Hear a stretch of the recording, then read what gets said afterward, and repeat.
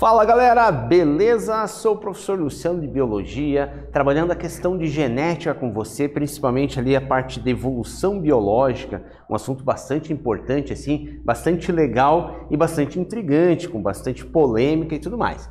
Muito bem, gente. Então o objetivo dessa aula seria conhecer essa teoria evolutiva denominada darwinismo.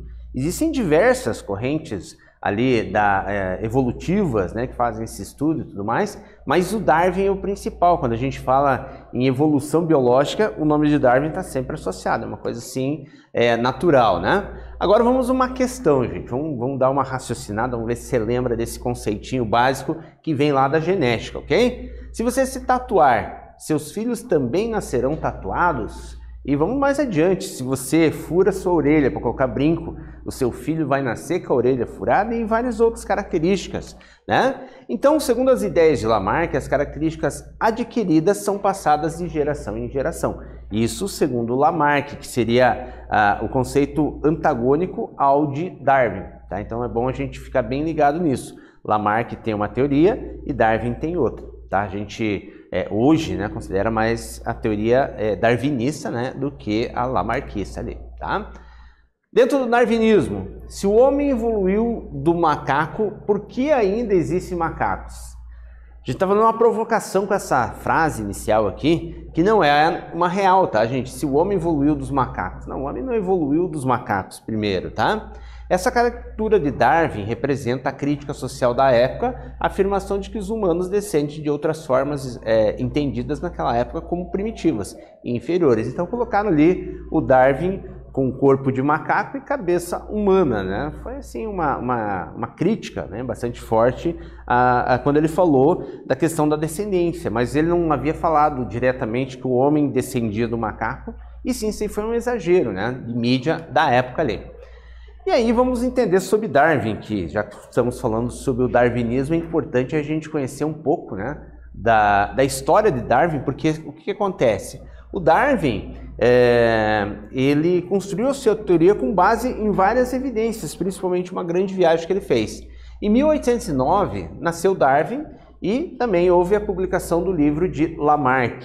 Tá? Então assim, Lamarck é bem mais velho que Darwin. Quando Darwin estava nascendo já tinha a publicação do livro de Darwin. Darwin colecionava besouros, estudou medicina com 16 anos e se tornou clérigo. Tá? Tentou ser clérigo, perdão. Em 1831, ele fez essa viagem de navio, né, ao redor do mundo, com o navio Beagle, né, da Inglaterra, como um naturalista, que seria basicamente o biólogo da época, a gente chamaria de biólogo da época. Em 1832, Darwin esteve no Brasil, Rio de Janeiro, Salvador, coletou materiais, fez observações, assim, foi bastante importante essa viagem de Darwin, né? Ele acompanhou a Marinha Britânica nessa expedição e como ali passageiro, vamos dizer assim, dessa expedição, ele foi acumulando vários dados que foram essenciais. Em 1834, já na Patagônia, na região da Argentina, encontrou o fóssil da preguiça gigante. Então já um primeiro contato ali com fósseis, né? Aqui na região da América do Sul. Em 1835 observou as tartarugas de Galápagos, na região do Equador, tá? Também foi fundamental isso. Em 36 voltou para a Inglaterra e estudou pombos, né? Fazendo assim sempre um foco, um pano de fundo, as questões de mudanças, de alteração no formato do bico dessas aves, no formato da pata, da asa, ou seja, vários detalhezinhos. Inclusive, quando ele veio para Galápagos, ele fez um estudo, né, com o tentilhão de Galápagos, que foi assim essencial para a gente entender essa variação de formas, né? Em 1838 ele leu o artigo de Malthus sobre economia. Já vou mostrar ali num infográfico para vocês o que Malthus falava a respeito ali de economia, que pode ser usado, que pode ser extrapolado ali para o estudo da evolução. Em 1839 Darwin casou com a sua prima Emma Wedgwood, né? E em 1858, Wallace, a gente vai falar de Wallace, Alfred Russel Wallace, enviou uma carta para Darwin com as mesmas ideias dele. E essa que foi a questão. Darwin levou anos coletando materiais, fazendo comparações, chegando a uma conclusão, mas Darwin tinha assim um pouco de medo, inclusive com relação à parte religiosa, né, de ser criticado, ainda mais que assim a questão da família da Emma era, né, extremamente ali religiosa, cristã, então ele tinha esse medo desse embate que daria. Porém, o Wallace também chegou às mesmas conclusões de Darwin, né, de uma maneira bem simples, e escreveu uma carta para ele, né? E o bacana é que o Wallace não puxou para ele a ideia de autoria total, né, da questão da evolução. Tá? Ele chegou às mesmas conclusões, porém ele respeitou Darwin, né, por ter maior renome e já estar desenvolvendo essa pesquisa há mais tempo. Em 1859 publicou o seu livro A Origem das Espécies, né, e morreu de doença de Chagas em 1882, embora muitas pessoas, né, levantem a hipótese que ele tenha tido uma parada cardíaca ou alguma outra doença do coração. Tá? Mas aí a questão é o seguinte, morreu em 1882 e deixou para nós toda essa ideia de evolução, inclusive ali com o livro A Origem das Espécies, que foi essencial. Aqui o infográfico, 1809, o lançamento do livro de Lamarck, né? Lamarck então tinha a ideia de que basicamente as formas se adaptavam ao meio. Então, pela necessidade de voar, por exemplo, o morcego criou asas. Né? Pela necessidade de voar também, as aves criaram asas, e é um conceito errado, tá? Ele não tem essa capacidade de fazer. Nascimento de Darwin, estudo com besouros, aqui a viagem no Beagle, né? Brasil, Uruguai, Chile, Argentina, 1834, quando ele encontrou a preguiça gigante, né? O fóssil de preguiça gigante, tá? 1835 em Galápagos, aqui que eu falei para vocês da teoria de Malthus, o que tem a ver essa teoria com a evolução, e a gente vai entender ali com a questão da seleção natural. Enquanto a população cresce em progressão geométrica, os alimentos, a disponibilidade de alimentos cresce em progressão aritmética.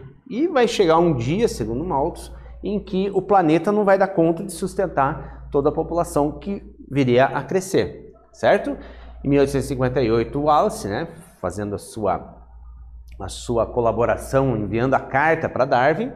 1859, a origem das espécies, e o falecimento de Darwin em 1882.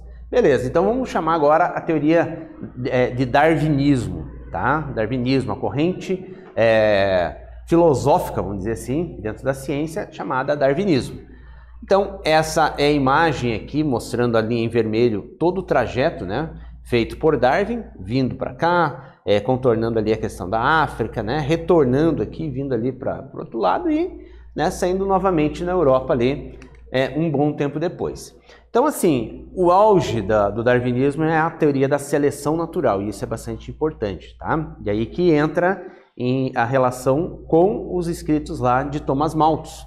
Mecanismo evolutivo que afirma que o meio ambiente atua como um selecionador de características. Então, é o meio que seleciona as características. O meio que eu digo é o local, é o ambiente em que aquela espécie está localizada, perpetuando organismos mais aptos a sobreviver em determinado local. Tá?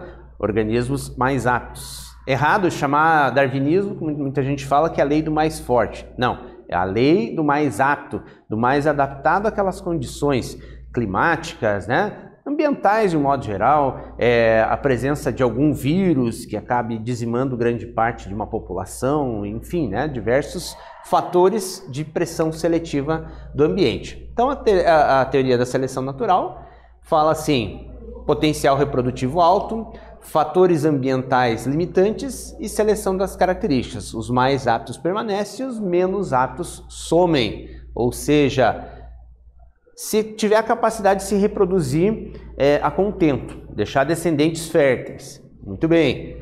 Vencer esses fatores limitantes do ambiente, né? E conseguir selecionar a partir disso aquelas características viáveis, o que acontece?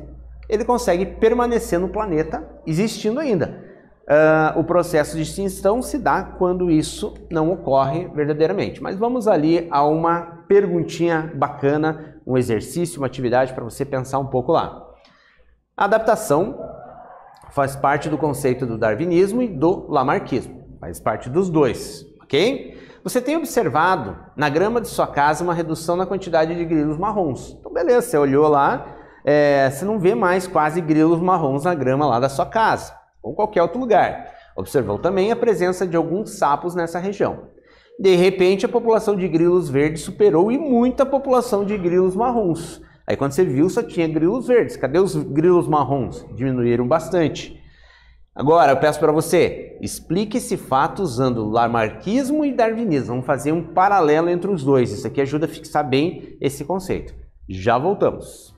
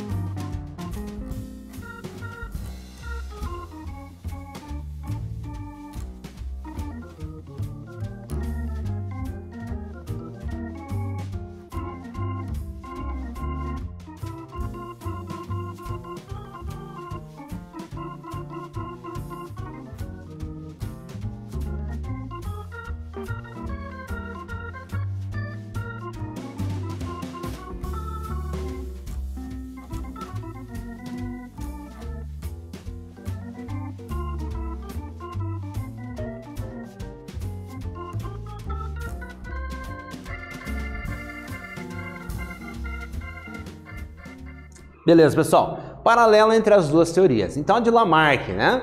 Para Lamarck, como a grama era verde, os grilos sofreram modificações, tornando-se verdes também, para ficar igual a grama. Então, eles se camuflavam, tá? Então, era a ideia de Lamarck. Segundo Darwin, né, os grilos verdes e marrons, na grama, eles seriam selecionados pela cor. Então, você veja bem, os grilos verdes se camuflavam naturalmente. Eles não eram verdes porque eles queriam, eles eram verdes por causa das condições biológicas que o tornaram verdes, pelas condições genéticas. Com isso, o grilo marrom era melhor observado e predado pelos sapos. Então, basicamente, esse paralelo que a gente tem que tomar. Agora, é o darwinismo que vale, tá, gente? É o darwinismo que vale nesse sentido aqui, ok? Ao longo do tempo, as pesquisas de Darwin passaram a ter o objetivo de negar o fixismo das espécies. O que é o fixismo? Aquela ideia de que tudo nasce pronto e não sofre mutação. Ou seja, o que existiu no começo da história do nosso planeta surgiu e não modificou. Essa é a chamada ideia fixista. O próprio criacionismo religioso é fixista nesse ponto, tá? Embora hoje existe uma grande corrente de religiosos que aceitem a evolução, porém, existe um número bastante grande ainda que acredita que não houve nenhum tipo de alteração. As espécies surgiram de um jeito e continuam da mesma maneira, tá? Assim temos, todos os seres vivos viventes têm um ancestral comum, segundo Darwin, tá? E a seleção natural atua sobre os seres vivos. Então, hoje é algo que a gente já considera e que realmente é válido nesse sentido ali. Todos os seres vivos têm o seu ancestral comum, parte do ancestral que vai se ramificando, basicamente é uma árvore evolutiva, tá? E a seleção vai atuar sobre esses seres vivos, selecionando ou não. Então as árvores evolutivas mostram essa premissa do darwinismo. Inclusive esse esboço aqui, ó, foi feito pelo próprio Darwin, tá? Que está reproduzido aqui na tela, foi feito pelo próprio Darwin. Ou seja, um ancestral comum que em algum momento ele se ramificou, tá? Só que Darwin ainda não tinha elementos da genética para embasar sua teoria, então ele sabe que se ramificou, se ramifica novamente e se bifurca, vai sofrendo várias bifurcações ao longo do tempo conforme as pressões seletivas ali. Tá? E aqui uma animaçãozinha mostrando para nós aqui a questão dessa árvore evolutiva, né? Bem bacana, mostrando ali as ramificações, os fatores que vão levando a ela. Até então Darwin não tinha uma noção exata disso, tá? E fazendo ali a dispersão dessas espécies pelo planeta. Então agora quem foi Alfred Russel Wallace, que foi o cara que podemos chamar um dos pais, né, da teoria da seleção natural. Se Charles Darwin ficou mundialmente conhecido como o pai da evolução, o mesmo não pode ser dito desse britânico, no caso Alfred Russel Wallace, naturalista que viveu entre 1823 e 1913. Embora tenha contribuído para o desenvolvimento da teoria da seleção natural, pela qual o Darwin ficou famoso, ele nunca recebeu o devido crédito. Então hoje a gente só fala em Darwin, embora tenham bastante correntes que falem sobre o Wallace, né? Seu professor de biologia aí na escola pode vir a trabalhar bastante a questão de Wallace e realmente ele merece seu mérito. Aqui você tem um QR Code ali para acessar essa matéria, é interessante também. Mais uma atividadezinha ali para a gente dar uma fechada no assunto. Na sua casa se faz uso de inseticidas? Você já deve ter percebido que existem diferentes marcas de inseticidas no mercado. Após determinado tempo, esses produtos podem perder o efeito e os laboratórios dos fabricantes devem descobrir outros compostos mais eficazes para diferentes insetos. Agora a questão, como você explicaria essa afirmação segundo a teoria de Darwin e Wallace? Beleza? Tempinho para você, já voltamos.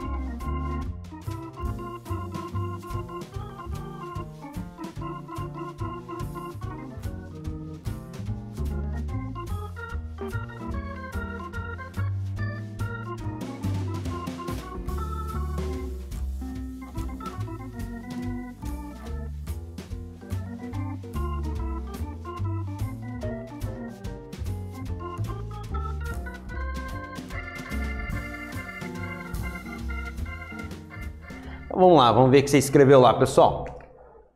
Em uma população de insetos, alguns indivíduos podem ser resistentes ao inseticida, né, adquirir essa resistência, e após a aplicação do mesmo, esses indivíduos sobrevivem, reproduzem e transmitem essa resistência à prole, ou seja, aqueles que não foram abatidos, que têm essa resistência, deixaram descendentes também sem a resistência. Você fez uma seleção artificial daqueles insetos, né, a partir do uso de inseticida.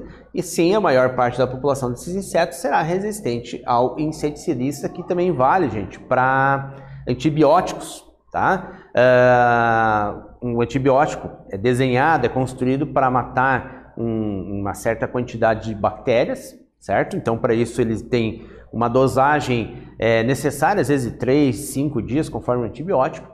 E vamos supor, você está utilizando esse antibiótico e os sintomas já desapareceram. Então você pensa o seguinte, não vou mais tomar esse antibiótico, porque já estou melhor e tudo mais. Só que aquelas que não foram mortas pelo antibiótico, elas conseguem deixar descendentes e passar essa capacidade, essa resistência para outros, né, para os seus descendentes. E aí, a partir desse momento, esse antibiótico passa a perder eficácia. Então você também está selecionando artificialmente algumas bactérias, às vezes até criando ali, entrando naquele conceito de superbactérias, às vezes que muitos antibióticos não conseguem conter. Agora vamos a uma reportagem da BBC News, teoria da evolução, porque é errado dizer que viemos do macacos, e outras 4 questões sobre a nossa origem. Na verdade, a gente só vai falar sobre uma delas, sobre a primeira. Não descendemos dos macacos, tá? Esse é fato. Um erro muito comum é pensar que viemos dos macacos. Esse erro faz com que muita gente negue a teoria da evolução, afirmou a BBC News Mundo, né, ao paleoantropólogo espanhol José María Bermúdez y Castro. Para começar, é melhor afirmar que somos mais uma espécie da ordem dos primatas, tá? E muitas vezes quando você fala que o homem veio do macaco, o negacionismo com relação à evolução se torna mais evidente, porque você cria a partir de um conceito errado, você quer que as pessoas acreditem muitas vezes. Mas a gente tem que entender que o homem não veio do macaco e sim, ele é um parente próximo, né? Vindo de um mesmo ramo. Essa linhagem de primatas começa a sua história evolutiva há cerca de 7 milhões de anos. Naquela época, um ancestral comum, como os chimpanzés, divergiu em linhagens diferentes, provavelmente por razões climáticas. A linhagem que deu origem aos chimpanzés, pampaniscos e pantroglodites, permaneceu no oeste da África. A linhagem que acabou dando origem à humanidade atual evoluiu no sul e no leste da África. Então são ramos diferentes. Bermúdez e Castro acrescenta que compartilhamos cerca de 99% dos nossos genes com os chimpanzés, mas a diferença de aproximadamente 1,2% é importante, uma vez que temos entre 20 e 25 mil genes que são operacionais, né? Deveríamos refletir sobre a nossa relação próxima com esses primatas, nossos primos em primeiro grau, completo cientista espanhol. E aqui você tem o QR ali para acessar essa reportagem, que é bem interessante você dar uma aprofundada. Retomando aqui, galera, o que nós vimos nessa aula? Aprendemos sobre o darwinismo e sobre a questão da seleção natural. Pessoal, eu espero muito que vocês tenham gostado dessa aula. Isso aqui é um assunto bem bacana, que você consegue viajar aí em discussões, pode aprofundar com o teu professor, livros didáticos, material na internet e tudo mais. Beleza? Galera, até uma próxima e brigadão. Tchau, tchau.